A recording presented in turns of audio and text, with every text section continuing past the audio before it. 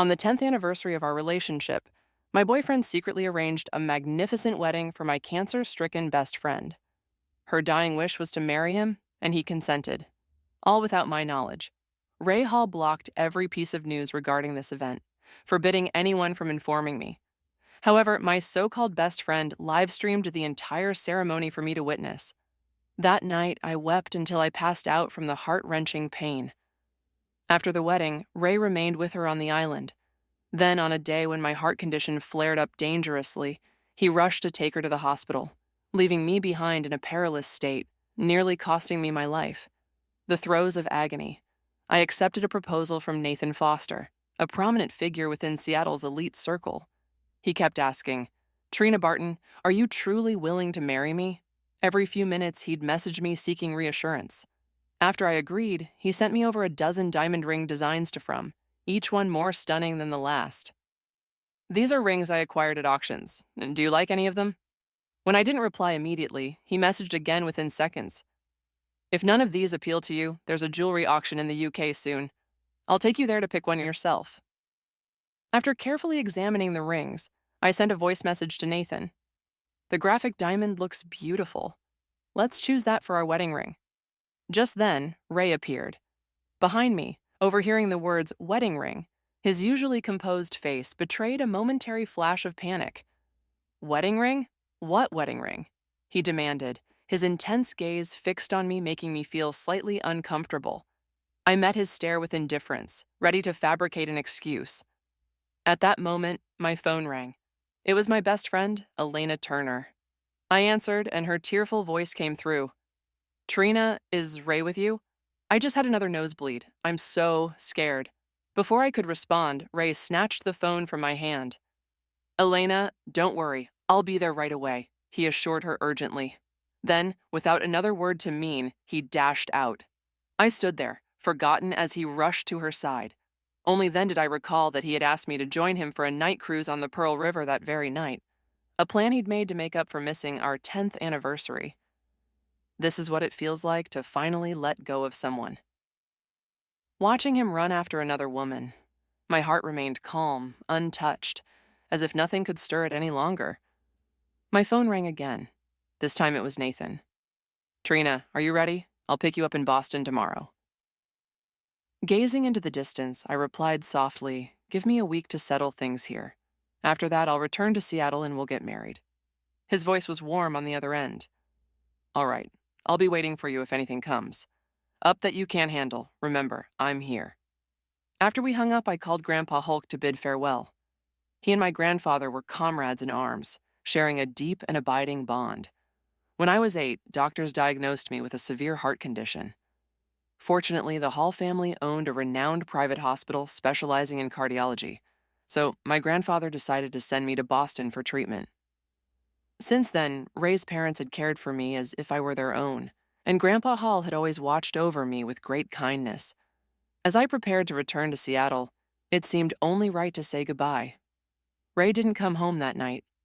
A message from Elena appeared on my phone. "Look at you with cake all over your face. So cute." Attached was a photo of Ray bending down to take a bite of cake, with Elena playfully smearing cream on his cheek. Moments later, she deleted the message. "I'm sorry, Trina. I sent it to the wrong person just now," she wrote again. "Ray thought it was cute and asked me to send it to him. You're not upset, right?" I didn't reply. Instead, I went back to my room and quietly began packing my things. The following day at noon, Ray finally returned home, carrying a gift as an apology. "Trina, Elena's condition worsened last night. I just took her to the hospital," he said, closely observing my reaction. I remained silent as I opened the velvet box he offered. Inside was an elegant Van Leaf, our pal's watch, the strap encircled with diamonds. Beautiful and extravagant. Yet I remembered he had once given Elena a similar gift. Mine was simply the more expensive version. Noticing my lack of response, Ray asked with a tinge of worry, "Trina, are you upset?" I answered calmly. "No, Elena's unwell. You should be with her." He gave me a curious look, as if sensing something amiss in my response, but eventually just sighed. "I'm glad you're not angry," he said. "After all, we have a long future ahead of us together." "But Elena?" His eyes glistened with emotion. I had no patience to hear more than, by all means, more time with her. With that, I turned to leave, but he caught my wrists, faulting me. When I looked up, my expression was blank, my gaze cold. "What is it?" I asked. Ray looked slightly annoyed, though he didn't seem to know why. Before he could say more, his phone rang again. Glancing at the screen, he looked back at me. "Trina, I'll be on a business trip for a few days. I won't be back for a while. You take care," I replied casually, thinking that his absence would make it easier for me to visit the Hall family and say my goodbyes. The next morning, I gathered the gifts I prepared and headed to the Hall family home.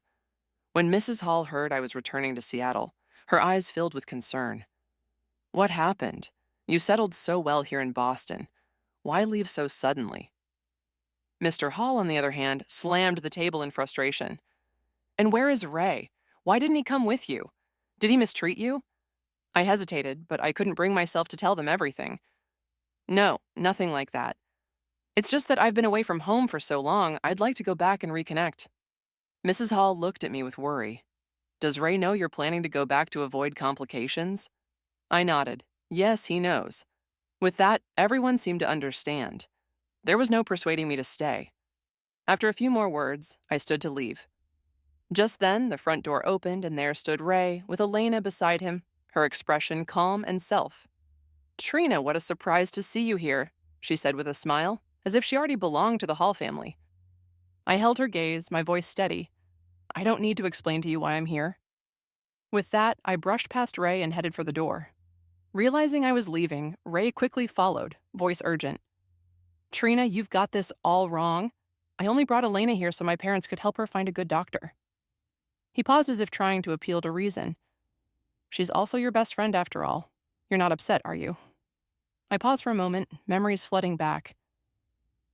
Promised to me under the cherry tree. When he was 18, he had said that marrying me was his lifelong dream. He had once promised to bring me home to meet his parents as his future wife. But now he was introducing another woman to the Hall family while telling me he was on a business trip. Seeing the hope in Ray's eyes, I replied calmly, "Why would I care? I've never been one to hold grudges. People who aren't worth it don't deserve my concern." They looked momentarily stunned. "Trina, do you really not care at all?"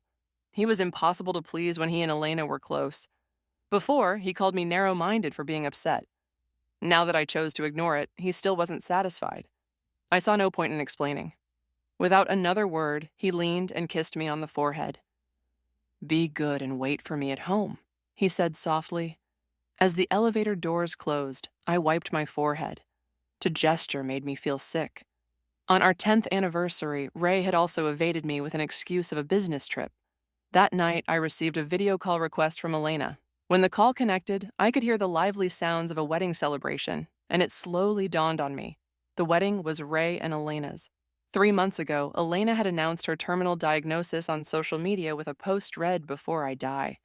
I want a wedding with the person I love most." At the time, I hadn't suspected anything between us, and even left a comment asking who this special person was. She had simply replied, "You'll find out when the time comes." Learning the truth felt like a knife twisting in my chest, leaving me breathless with pain. Desperately, I dialed, raised number, calling again and again, desperate to understand why he had done this. Me. But that night, he didn't answer a single call. I cried until I passed out while he spent his wedding night with Elena. Thankfully, it would all be over soon. Later, after I had returned home, Elena called, "Trina, I'm really sorry. I honestly didn't expect to run into you today." I just let out a bitter laugh and said nothing in return. Elena took a deep breath, her tone laced with envy. "Mrs. Hall is so wonderful. She was so kind and caring toward me," she said. "They even said they'd do everything they could to find the right doctor for me." She paused, then lowered her voice. "Why couldn't it be me marrying into the Hall family? It could be her, of course, if she had the ability to make it so." "Well, let me wish you two a happy marriage in advance," I replied coolly, before hanging up to block her number entirely. Maybe that would stop her from reaching out just to flaunt her place in my life. But as I was about to do so, I accidentally opened her social media feed and discovered something infuriating. She had stolen my design draft and submitted it for a competition, the same draft I created as a birthday gift for Ray. My hands shook with anger. He must have given it to her behind my back, trying to study my racing heart. I took a deep breath, grabbed my copyright certificate, and filed a plagiarism report on the competition's website against Elena's entry. After handling everything, my friend Selena, who co-owns the studio with me, called Trina. "What's going on? Why are you suddenly pulling out your investment?" she asked. Selena had always been a mutual friend of Elena and me, but she and Elena had never gotten along. I decided to tell her everything, including the fact that I was planning to get married. When Selena heard, she was livid. This Elena is unbelievable, using her illness as an excuse to steal someone else's man. "She's probably faking it," she added. "I'm so angry. I'm calling her later to give her a piece of my mind." I couldn't help but feel touched by her outrage. But I said, forget it. It's not worth it. Wedding is happening soon, and I just want to move on. At that moment, I heard footsteps approaching from behind me. Ray's voice suddenly rang out. "Wedding? What wedding?" I ended the call and turned to face Ray, noticing a hint of nervousness in his expression. A sudden thought crossed my mind. "I just heard some gossip," I began, keeping my tone casual.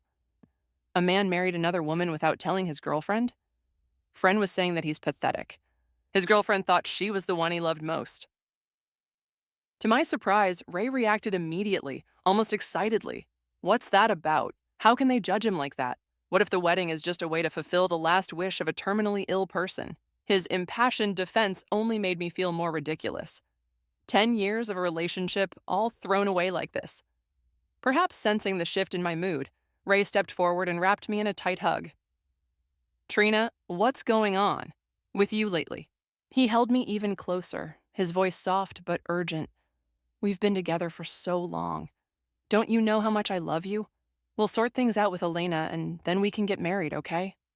As he spoke, his hand slowly moved toward the hem of my shirt. I turned my head and firmly pressed his hand down, stopping him. "Sorry, I just don't have any emotions left." Ray stared at me for a long time, his eyes searching for something, but he found no answers. After a moment of silence, he finally let go of me, his disinterest evident. "I'm going to sleep in the study." Not long after I fell asleep, I heard Ray rushing out again. I turned over and went back to sleep, not caring to check what he was up to. The next morning, as soon as I opened the door, I was surprised to see Ray sitting in the living room. I raised an eyebrow slightly. "So early?" Ray didn't even acknowledge my greeting. Instead, he fired a question at me. "Why did you report Elena for plagiarism? Do you know how much of a blow that is to her?" My smile faltered. "Then, can you tell me, did Elena really create that design draft herself? Isn't it plagiarism?" Ray was taken aback, clearly shocked by my words. "Trina, how could you become like this? Where's the kind-hearted person I used to know?" He paused, clearly frustrated. "You've got everything. Awards for your work, success, and now you're taking this away from her?" His voice softened and his eyes grew more intense. "Elena is in the hospital, Trina. She's dying. All she wanted was to experience the feeling of winning an award before she goes. Is that too much to ask?" I was so angry that my fingers went numb. Without thinking, I snapped back at him. "Of course not, Ray. You know how much I've sacrificed to fulfill my dream. For years, I've endured frostbite on my hands every winter, itching and painful, just to practice my painting. How can you so easily give my work to Elena like that?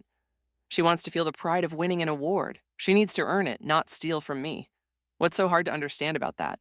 I could live without a man, but if she dares to touch my designs, I'll make sure she regrets it." Ray didn't seem to notice how badly I was affected. Instead, he said, "You've changed." Before walking out, I was so furious that it triggered a heart attack, and I collapsed to the ground, gasping in pain. Ray saved me. But he didn't even look back. When I woke up, I was lying in a hospital bed. Nathan was there, holding me gently, his face filled with concern. "Trina, let's go back to Seattle this time." I closed my eyes slowly and whispered, "Okay." It was then I realized people really can burn all their hopes in an instant. Ray didn't realize I had left without saying goodbye until the third day. He called me frantically, but I was so irritated that I blocked him without hesitation. If he cared so much about Elena, why did he keep me waiting in limbo?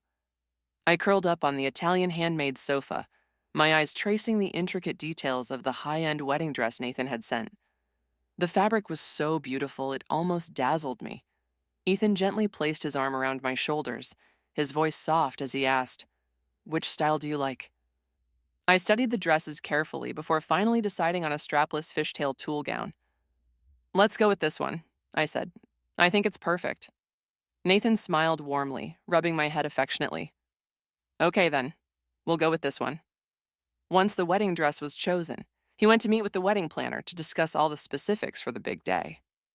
Meanwhile, Selena updated me on Ray's frantic search for me. He had been asking everyone about my whereabouts, and it was only when he spoke to his parents that he learned I had gone back to Seattle. "Trina, what do you think he'll do when he finds out about your marriage?" Selena asked. I didn't have time to respond as the doorbell suddenly rang. I assumed it was just another wedding planner Nathan had hired. I walked over to open the door, only to be met by Ray's intense, bloodshot eyes. The moment he saw me, disbelief washed over his face. "Trina, you're really here?" Ray's voice cracked with emotion. "Why did you leave without a word? Were you trying to hurt me on purpose?" He reached for me, his desperation clear. "Come back with me. We'll get married right away." Before I could respond, Nathan quickly stepped forward, standing between us. "Ray, please stay away from my wife." Ray took a step back, clearly shaken, his voice trembling as he questioned, "What did you just say?"